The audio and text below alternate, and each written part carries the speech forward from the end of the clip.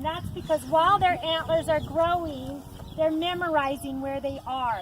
So they can run through the woods and never touch a thing, or they can sound like a freight train and break everything in their paths. Now this is my JJ here, and I tell people all these elk could easily go back out into the wild with the exception of these bottle-raised ones. The bottle-raised ones will always choose human contact first. If he could live in my house and sleep in my bed, he would. He would. Now you see. So what causes antler growth is the longer days of summer signal the retina in the eye of the elk and tell their bodies to start producing testosterone. Testosterone immediately floods the antlers, and for 5 months those antlers are growing and full of the testosterone, and the bulls are passive during that time period. At the end of that time period, when the days level out, it'll signal the retina again and tell their body to dump the testosterone into their body, and their antlers go hard antler. And then as the days shorten, it'll signal the retina again and tell their body to stop producing testosterone, and they'll flatline. So for us elk farmers, we don't like to neuter an elk. If we neuter an elk, we stop testosterone production and we stop antler growth. If they're in hard antler, we just froze them in hard antler for the rest of their lives. If we neuter them in velvet, we can freeze them in velvet. Oh, wow. So you can tell that the testosterone is starting to hit their bodies now. In fact, this is the first time I've seen them be this ornery. And they'll get more and more ornery from here on out. But JJ is the dominant bull right now, and you can see how he keeps chasing this other bull off. So he is, which I'm glad of. I like when he's the dominant bull because I don't have to worry about him. Curious George was the dominant bull for a while, and JJ took over dominancy, broke his foot, and I was happy about that because George bullied him horribly. But it's so interesting to hear him doing his teeth. yes, right? that's that thread I told you about. Right. So I'm going to go ahead and feed these guys, and I want you to see how the dynamics change. They're going to be pretty careful with their antlers, not as careful as they are in the beginning, but they're still going to try to not bump those antlers around and stuff. So watch how this goes down. You tell him.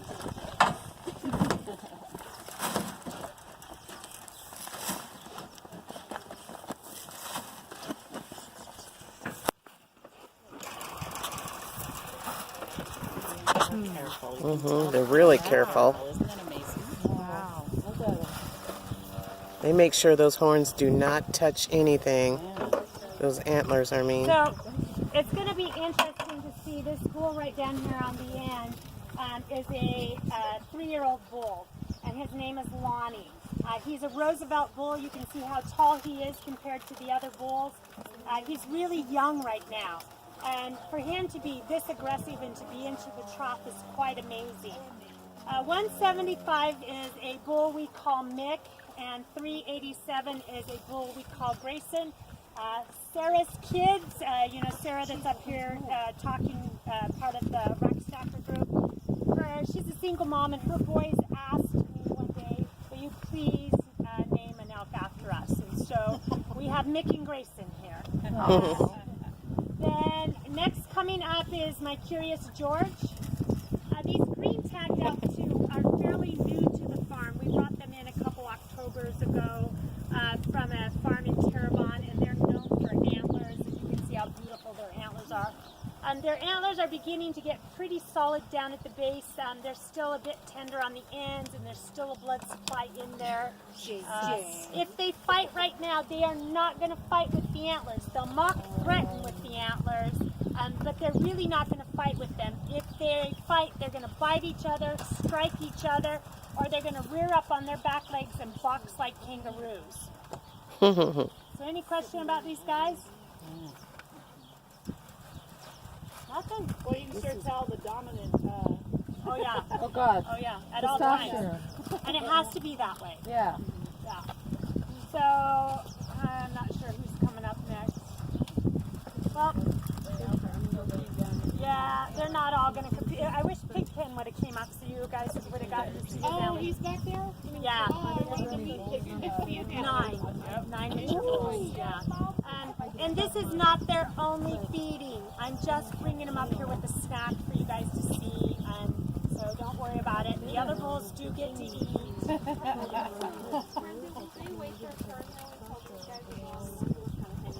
Yeah, they'll wait their turn, or they'll see if they can get in, and it just. And so what are you feeding these elk? So I've been praying for free food for a while because our food bill is the hardest part of caring for these animals. And a brewery approached us and offered to give us all their expired grains. And Nice. Thank God. And so this is barley that they used that had expired.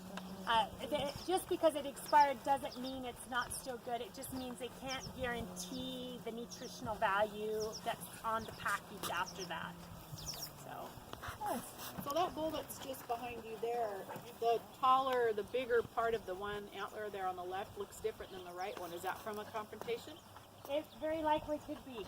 Yeah, I'll watch it growing and see what happens. But yeah, it's very likely, unless it's going to branch, which I don't think it is. It looks more like an injury to me.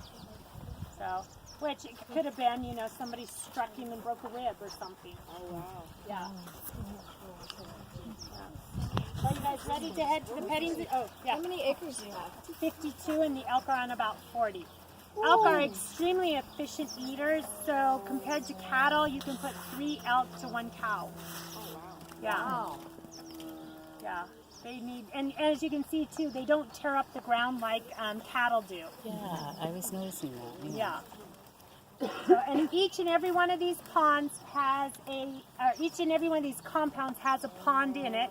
So if they want to get away from the heat, they can go crawl into the ponds and stuff. So don't worry about them there. We do have a really good Facebook page, you guys. It is at Rosse Posse Acres Inc. It has to have the ink on the end because somebody else made a Rosse Posse Acre page. They want us to buy it. We're not going to do it. But if you go there, please like us. But there's a ton of fun videos you can watch. You can see one of our elk babies being born, one of our fallow deer babies being born. You can watch Curious George trying to gore me through the fence.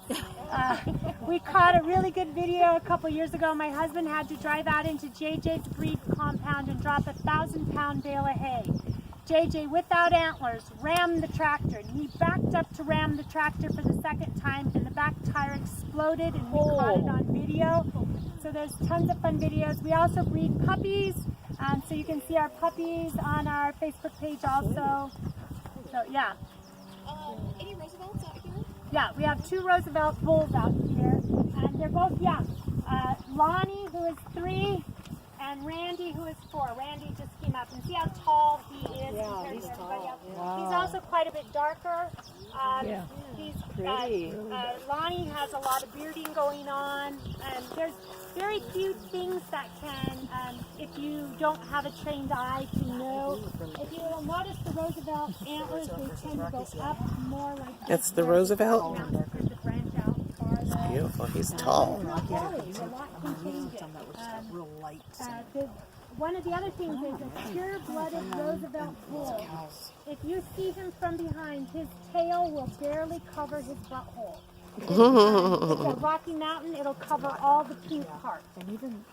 And then we have some mixtures here, so, it's anywhere in between on the mixtures. But Getting a little rough in there. Getting a little rough in there. yeah, they're starting to bump their antlers around, so they're close to being hard. You gonna let me do it? All right, you guys ready to head? Do they change color on their fur when it changes color? Is it because of nutrition or season? It's because they're casting their fur off. So it gets really dull and mangy looking right before it casts. And it's because there's no nutritional supply to it because everything's growing in the same hair follicle, pushing out the old hair. And so don't let it fool you when they look like that. There is a beautiful coat underneath. And we always tease the elk are kind of like a grandma. They want to keep their sweater a little long, so the older elk or the more sickly elk will have their winter coat longer than their really healthy, pristine elk.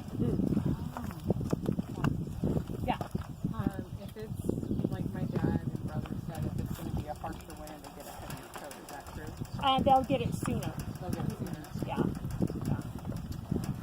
Yes. They're so gentle on not touching their antlers. I mean, you see how they're just like real gentle with it. I can imagine that.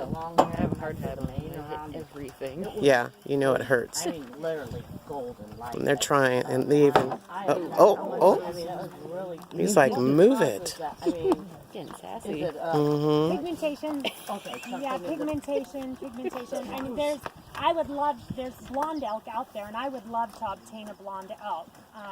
It's a dream of mine to have a blonde elk out here on this farm. But we have had one elk that had blue eyes. Her name was Betty Davis. She lived to be 23 years old. I love. And she was a bottle raised elk, so she was super sweet. She's one I dearly love. That's awesome. Yeah. What? Yeah. What kind of farrow deer do you got out here? What? Tail or mule deer or deer? Oh, he's like, move, get out the way. Angry. Yeah, he's like, I want in here, move it. A piece of property that I have permission to hunt on, and it was shocking the first time I saw him because I wasn't expecting to see them here. Mm-hmm. Oh, they're getting in there close. Woo! Here we go. White tail. No mule deer? I think mule deer are farther south. Yeah, I haven't seen any mule deer. Up north, Central Oregon. Look, they're biting them. Like, oh! Oh, you see that? He just kicked him. All right, let's head over to the petting zoo where you can see